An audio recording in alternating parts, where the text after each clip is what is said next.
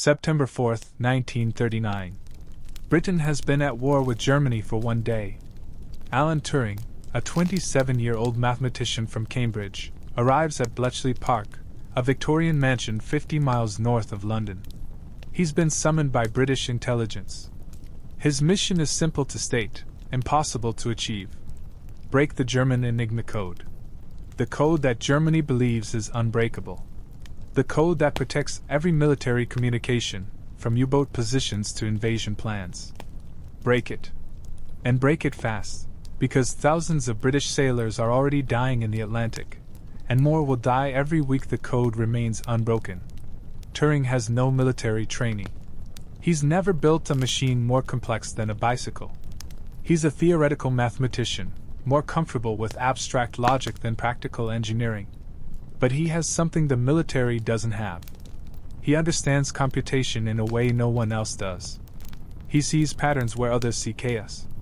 And over the next 6 years, he will build machines that can think, machines that can break codes thought to be unbreakable, machines that will change the course of the war and save millions of lives. This is not a story about one brilliant man working alone. Turing was part of a team, surrounded by other mathematicians, linguists, engineers, all working toward the same goal. But Turing was the key. His insights, his designs, his relentless logic made everything else possible. Without him, Bletchley Park might have failed. The Enigma code might have remained unbroken. The Battle of the Atlantic might have been lost. Britain might have been starved into surrender. And the war, if the Allies still won it, would have cost millions more lives and lasted years longer.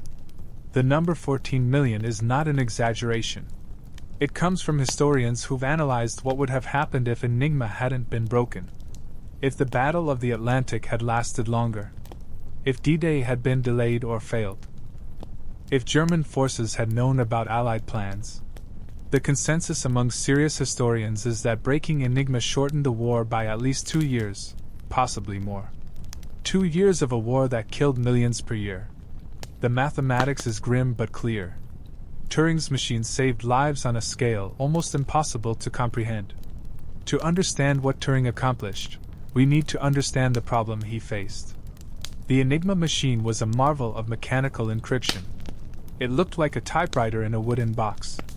You typed a letter on the keyboard. That letter was encrypted through a series of 3 rotors, each with 26 positions. Then through a plug board that swapped pairs of letters. Then the encrypted letter lit up on a lamp board. Your operator wrote down that letter. You typed your entire message, letter by letter, and transmitted the encrypted result. The security came from the complexity. 3 rotors, each with 26 positions, chosen from a set of 5 possible rotors, with 10 pairs of letters swapped on the plug board. The number of possible settings was over 150 trillion. Even if you captured an Enigma machine, which the British had, you couldn't read messages without knowing that day's settings. And the settings changed every day at midnight. You'd have to break 150 trillion possibilities in less than 24 hours, every single day. With pencil and paper, with human calculation, it was impossible. Literally impossible. The numbers didn't work. The Germans knew this.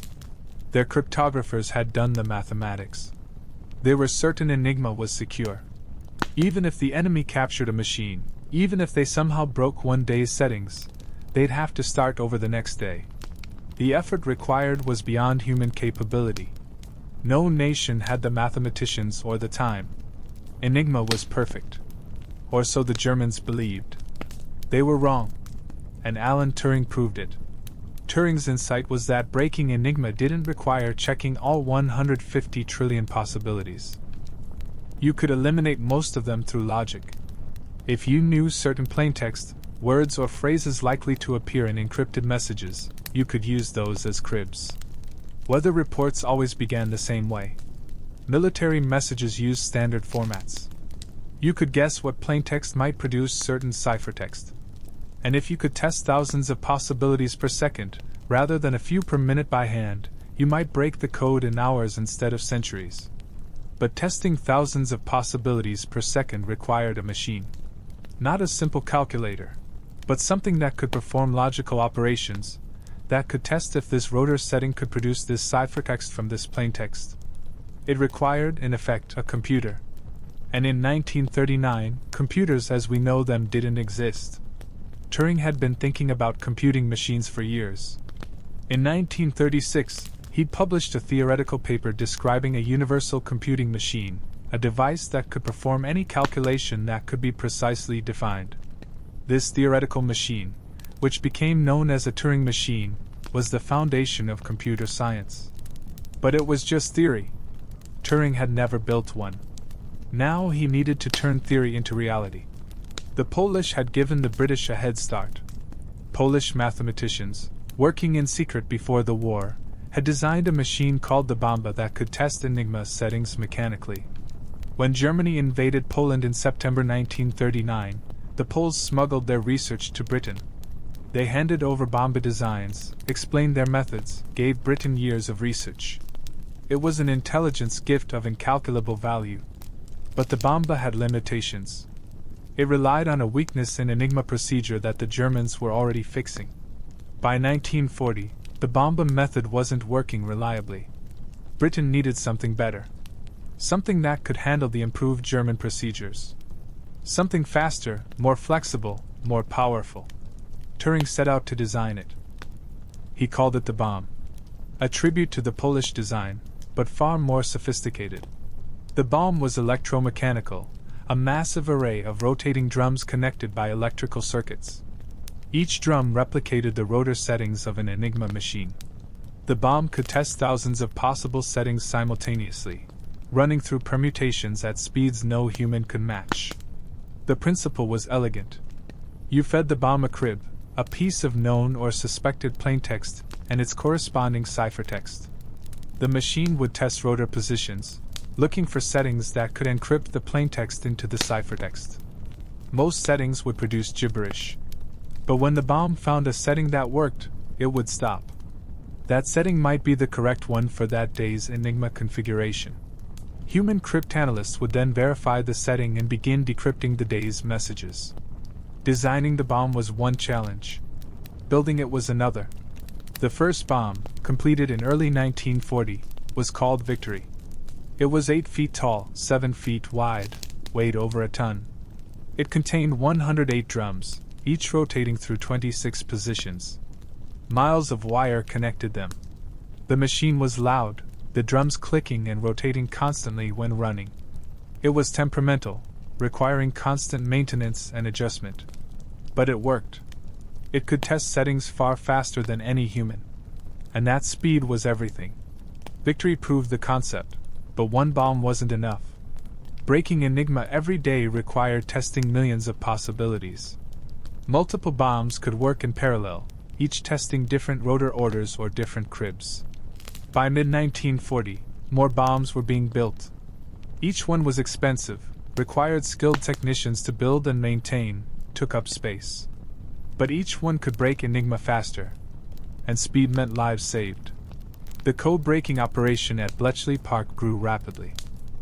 Mathematicians, linguists, chess champions, crossword experts, anyone with demonstrated ability in pattern recognition and logical thinking was recruited. By 1942, thousands of people worked at Bletchley, most of them women. They operated the bombs, analyzed intercepts, managed the flow of encrypted messages arriving constantly from listening stations around Britain. The operation ran 24 hours a day. When Germany changed Enigma settings at midnight, Bletchley would race to break the new settings before the intelligence value expired. Turing was at the center of this effort. He designed improvements to the Bombe. He developed techniques for using cribs more effectively. He worked with engineers to make the machines more reliable. He trained new cryptanalysts, teaching them to think like machines, to see patterns, to eliminate the impossible until only the possible remained. He was demanding, impatient with those who couldn't keep up, socially awkward. But everyone recognized his genius. When Turing spoke, people listened. The impact of breaking Enigma was immediate and enormous. In the Battle of the Atlantic, U-boats were sinking merchant ships faster than Britain could replace them. Britain depended on imports for food, fuel, war materials. If the U-boats couldn't be stopped, Britain would starve. But U-boats operated according to orders transmitted via Enigma. Positions, patrol routes, attack plans. When Bletchley broke Enigma, suddenly British naval commanders knew where U-boat wolf packs were forming. Convoys could be routed around them. Anti-submarine forces could be directed to U-boat positions. The sinking rate dropped. Not to zero, but enough. Britain could breathe. The intelligence from Bletchley, codenamed Ultra, was guarded fanatically. Only the highest commanders knew where it came from. When Ultra intelligence led to an operation, cover stories were created. A reconnaissance aircraft would be sent to spot the U-boats that Ultra had already located. Radio direction finding was credited with locating submarines when actually their positions came from decrypted messages. The British went to extraordinary lengths to disguise that they were reading German codes. Sometimes they accepted losses, allowed attacks they could have prevented, to avoid revealing the source of their intelligence. This operational security was crucial. If Germany suspected Enigma was broken, they'd change procedures, improve the machine, and Bletchley would be back to square one. The secret had to be kept at all costs. And for over 3 years, from 1940 to 1945, the secret held. The Germans never realized. They sent messages believing them secure, never knowing the enemy was reading every word. Turing's contribution went beyond the bomb. He was constantly innovating, finding new approaches. When the German Navy introduced a four-order Enigma in 1942, making their cipher vastly more complex, Turing developed methods to handle it. The four-order Enigma had 26 times as many possible settings as the three-order version. It should have been unbreakable. But Turing found weaknesses in how it was used. German operators made mistakes, used predictable patterns. Turing exploited these human errors. By late 1942, even the four-order naval Enigma was being broken regularly. The pressure on Turing and his team was immense. Every day, new encrypted messages arrived. Every day, the race to break that day's settings began anew. Sometimes they succeeded quickly. Sometimes it took hours or days. When they failed, when a day's settings couldn't be broken, ships died. The codebreakers knew this. They could see the statistics, the correlation between when Enigma was broken and when convoys got through safely. The weight of that knowledge was crushing. Every hour of delay meant more deaths. Turing worked impossible hours. He'd arrive in the morning, work through the day, often stay late into the night. He'd go home to sleep for a few hours, then return. He was driven, obsessed with the problem. His colleagues worried about him. He was losing weight, looked exhausted. But he couldn't stop. Too much depended on success. The bombs multiplied. By 1943, over 200 were in operation, spread across multiple sites for security. Each one clicking and rotating, testing settings, searching for the daily key. The machines were Britain's secret weapon, as important as any tank or aircraft. But they couldn't be photographed, couldn't be publicized, had to remain absolutely secret. The workers who operated them, mostly women from the Women's Royal Naval Service, were sworn to secrecy. They knew the machines were important, but not exactly what they did or how the intelligence they produced was used. Turing's machines proved that electronic computation was possible, that machines could solve problems too complex for human minds. The bombs were electromechanical, using rotating drums and electrical circuits. But Turing was already thinking about the next step. Purely electronic machines, using vacuum tubes instead of mechanical parts.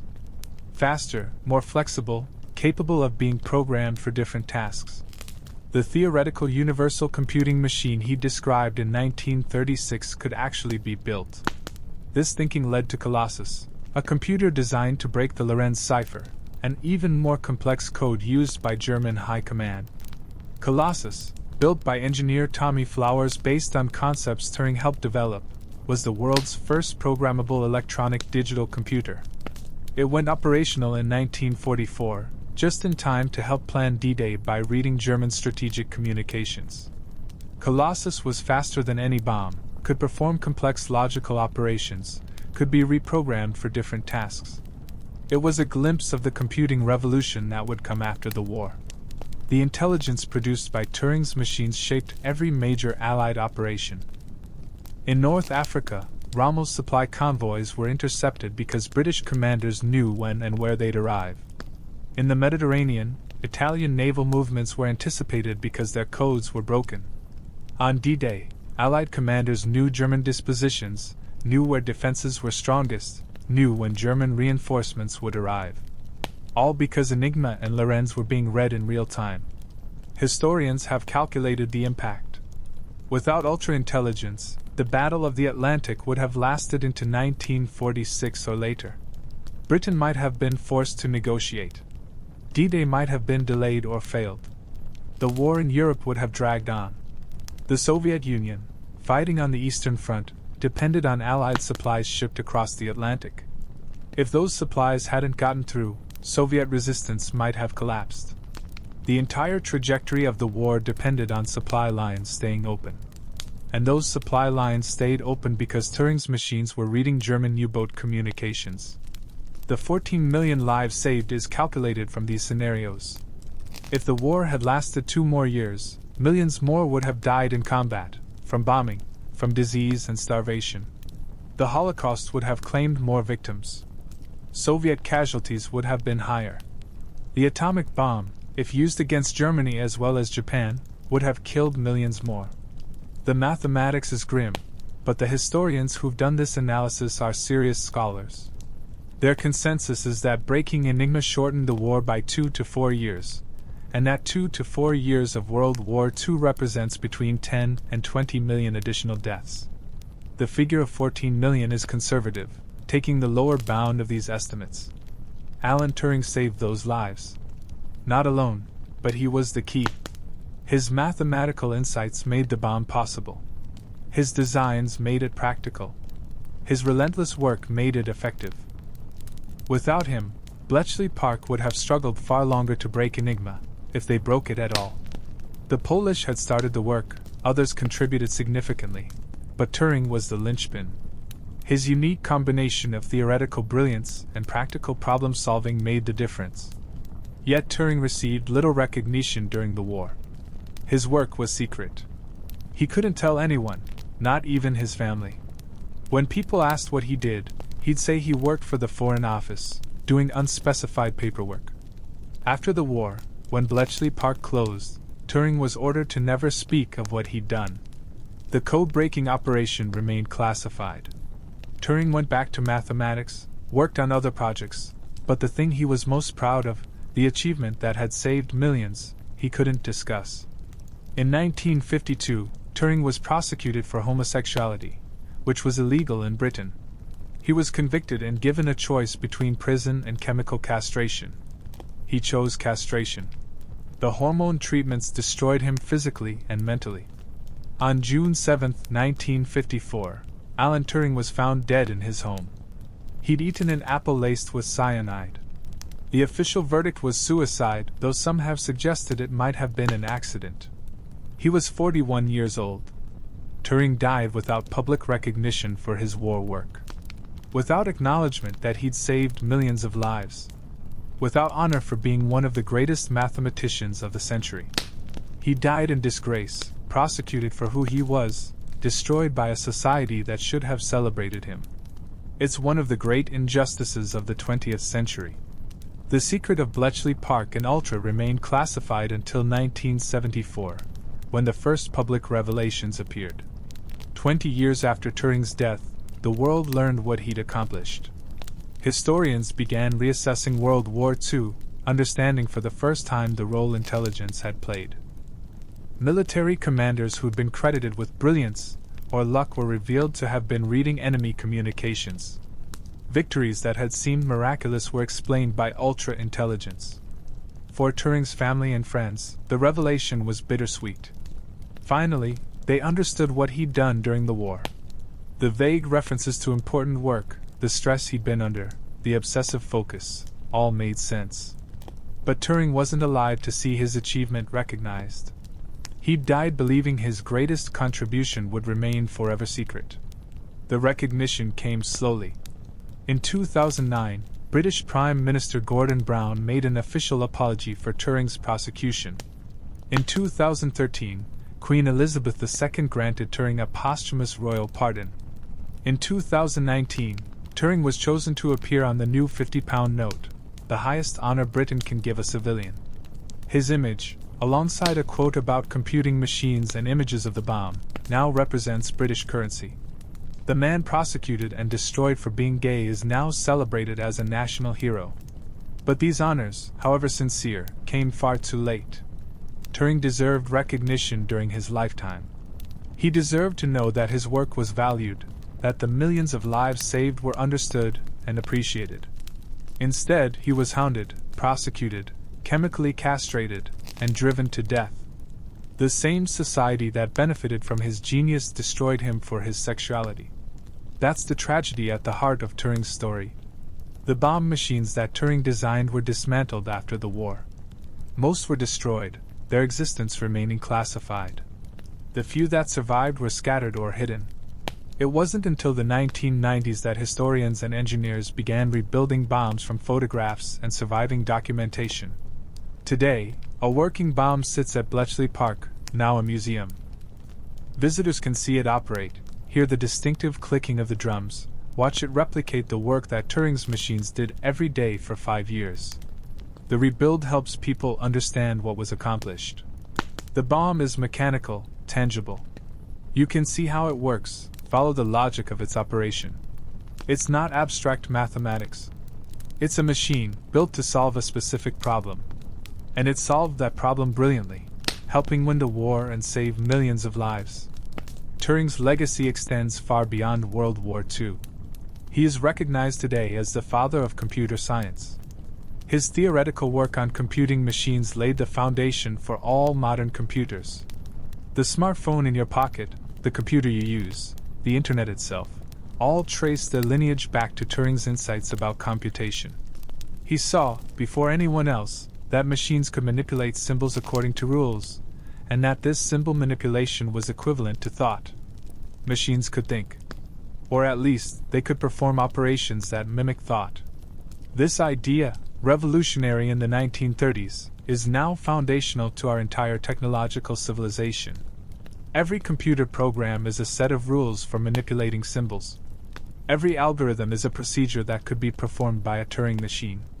The entire digital revolution rests on principles Turing articulated. He invented the theoretical framework before the practical computers existed. And then, at Bletchley Park, he built one of the first practical computers to prove his theories were right. The Turing test, his proposed method for determining if a machine can think, remains central to discussions of artificial intelligence. If a machine can converse indistinguishably from a human, Turing argued, then for all practical purposes it's thinking. This test, proposed in 1950, is still used today as a benchmark for AI development. Turing was asking questions about machine intelligence that we're still grappling with 75 years later. But all of this intellectual achievement, important as it is, shouldn't overshadow the immediate, practical contribution Turing made during the war. He built machines that broke codes. Those codes, when broken, revealed enemy plans. Those plans, when known, allowed Allied commanders to make better decisions. Those decisions saved lives. The chain of causation is direct and undeniable. Turing's machines at Bletchley Park are directly responsible for shortening the war and saving millions of lives. The German sailors in U-boats never knew their messages were being read. They sent position reports, believing them secure. Allied forces would arrive at those positions. The sailors thought the enemy had better radar or had gotten lucky. They never imagined the Enigma code was broken. That was impossible. Their experts had assured them. The mathematics didn't lie. Except the mathematics did lie, or rather, the Germans misunderstood what was mathematically possible. They thought 150 trillion possibilities meant security. They didn't account for the fact that a machine, properly designed, could eliminate most of those possibilities in hours. Alan Turing understood something the German cryptographers missed. Security doesn't come from the number of possibilities. It comes from the time required to check them all. If you can build a machine that checks possibilities fast enough, then even 150 trillion isn't enough. The Germans thought in terms of human calculators working with pencil and paper. Turing thought in terms of machines that could operate continuously, testing thousands of possibilities per second. That difference in thinking was decisive. Today, we live in a world shaped by Turing's insights. Encryption is everywhere, protecting our financial transactions, our communications, our privacy. Modern encryption is far more sophisticated than Enigma, using mathematical problems that are genuinely hard to solve even with powerful computers. But the fundamental tension remains. Codemakers try to create unbreakable codes. Codebreakers try to break them. And the question is always whether the codebreaker can build a machine fast enough to check possibilities before the intelligence value expires. Quantum computers, if they can be built reliably, may break many current encryption systems by checking possibilities faster than classical computers can. The mathematical problems that protect your credit card, that secure government communications, that keep military secrets safe, may become solvable. And then new encryption methods will be needed, methods that resist quantum computation. The arms race between codemakers and codebreakers continues, just as it did in Turing's time. The story of Alan Turing and the bomb is ultimately a story about human ingenuity applied to solve an impossible problem. The Germans built a machine they thought was unbreakable. Turing built a machine that broke it. The Germans said it would take 1,000,000 years to test all possibilities. Turing built a machine that did it in hours. The Germans were certain their communications were secure. Turing proved they weren't. And in doing so, he changed the war. He saved millions of lives. He helped defeat Nazi Germany. He proved that machines could perform logical operations that mimicked intelligence. He laid the foundations for the computer revolution. And he did all of this while being persecuted for who he was, while being denied recognition for what he'd accomplished, while carrying secrets he couldn't share even with those closest to him. Alan Turing died 70 years ago, prosecuted and destroyed by the society he'd saved. But his legacy lives on. Every computer is a testament to his vision. Every line of code traces back to his insights. And the 14 million people who lived because the war ended sooner, because Turing's machines read German messages and gave the Allies the intelligence they needed to win, they are his true memorial. Most of them never knew they owed their lives to a mathematician they'd never heard of, working in secret at a mansion in the English countryside, building machines that changed the world. The bomb clicking in the corner, drums rotating, testing possibilities, searching for truth in encrypted chaos. That sound, preserved now only in museums and reconstructions, was the sound of genius at work. Alan Turing's genius. The genius that broke Enigma, won the war, saved millions of lives, and invented the future. That's the legacy. That's what deserves to be remembered. Not the prosecution, not the chemical castration, not the suicide. But the achievement. The machines that could think. The codes that couldn't be broken but were. The lives that were saved because one brilliant, troubled, persecuted man saw possibilities no one else could see and built machines to make those possibilities real. Alan Turing built machines that read every German message. He saved 14 million lives. He changed the world. And he paid for it with everything he had. That's the story. That's the truth. And now, finally, 70 years too late, the world knows it.